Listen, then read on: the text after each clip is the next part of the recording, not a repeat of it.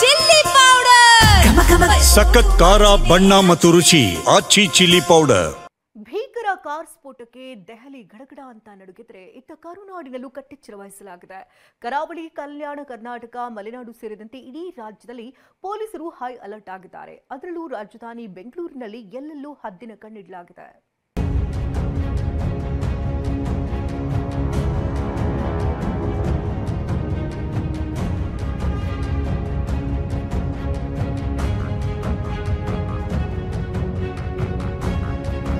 ಸ್ಫೋಟ, ಗಡಿ ಜಿಲ್ಲೆ ಸೇರಿ ಬೆಂಗಳೂರಲ್ಲೂ ಕಟ್ಟೆಚ್ಚರ. ಬಿಗಿ ಭದ್ರತೆಗೆ ಸಿಎಂ ಖಡಕ್ ಸೂಚನೆ, ಹೆಜ್ಜೆ ಹೆಜ್ಜೆಗೂ ತಪಾಸಣೆ.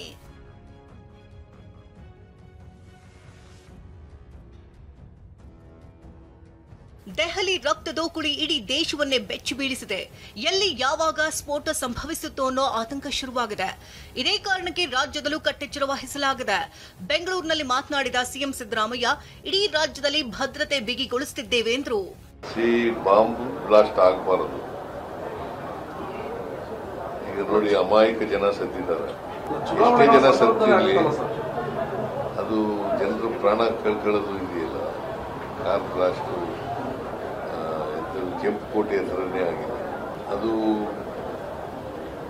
ಆಗಬಾರದು. ಈಗ ಸದ್ಯಕ್ಕೆ ಇಷ್ಟೇ ಹೇಳೋದು, ಭದ್ರತಾ ವೈಫಲ್ಯ ಆಗಿದೆಯೇ ಇಲ್ವಾ ಅಂತಕ್ಕಂಥದ್ದನ್ನು ನೋಡಬೇಕು. ರಾಜಧಾನಿ ಬೆಂಗಳೂರಿನಲ್ಲೇ ಹೆಚ್ಚಿನ ನಿಗಾ ವಹಿಸಲಾಗಿದೆ.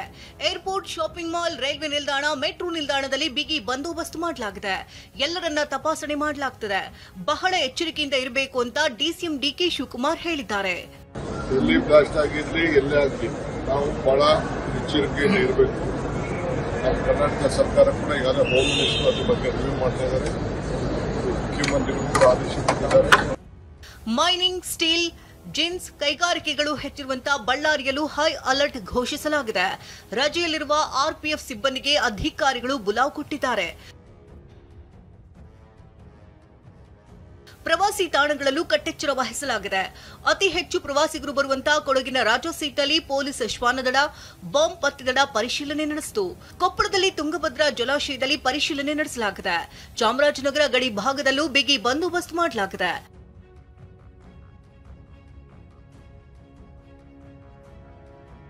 ಮಲೆನಾಡು, ಶಿವಮೊಗ್ಗ, ಕರಾವಳಿ, ಉತ್ತರ ಕನ್ನಡದಲ್ಲೂ ಹೈ ಅಲರ್ಟ್ ಮಾಡಲಾಗಿದೆ.